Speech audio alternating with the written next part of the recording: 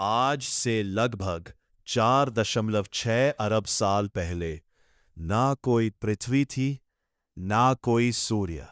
सिर्फ अंतरिक्ष में फैला हुआ एक विशाल गैस और धूल का बादल था, जिसे वैज्ञानिक सोलर नेब्युला कहते हैं। ये बादल शांत था, लेकिन हमेशा के लिए नहीं।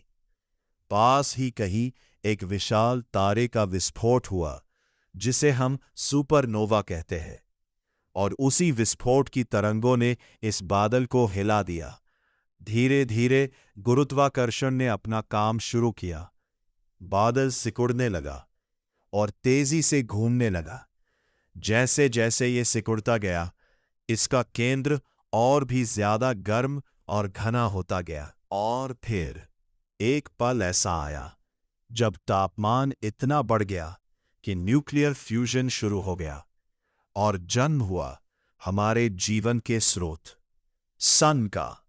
सूर्य के जन्म के साथ ही उसके चारों ओर बची हुई गैस और धूल एक चपटी घूमती हुई डिस्क में बदल गई, जिसे कहा जाता है प्रोटोप्लैनेटरी डिस्क।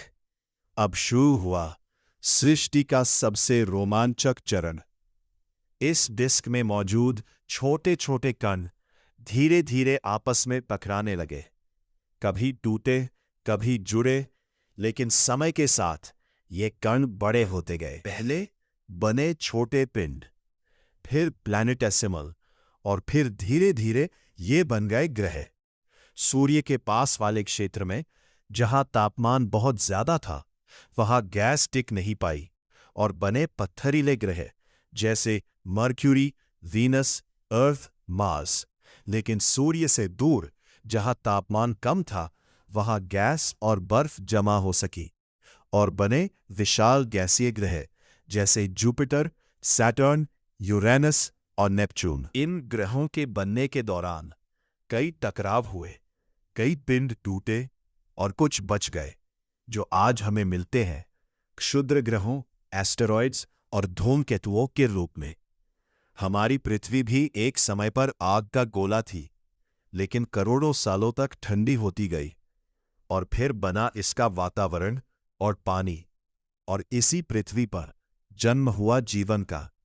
आज हमारा सौरमंडल एक संतुलित और व्यवस्थित प्रणाली है, जहां 8 ग्रह, उनके चंद्रमा और अनगिनत छोटे पिंड सब एक ही केंद्र के चारों ओर घूमते हैं, सन।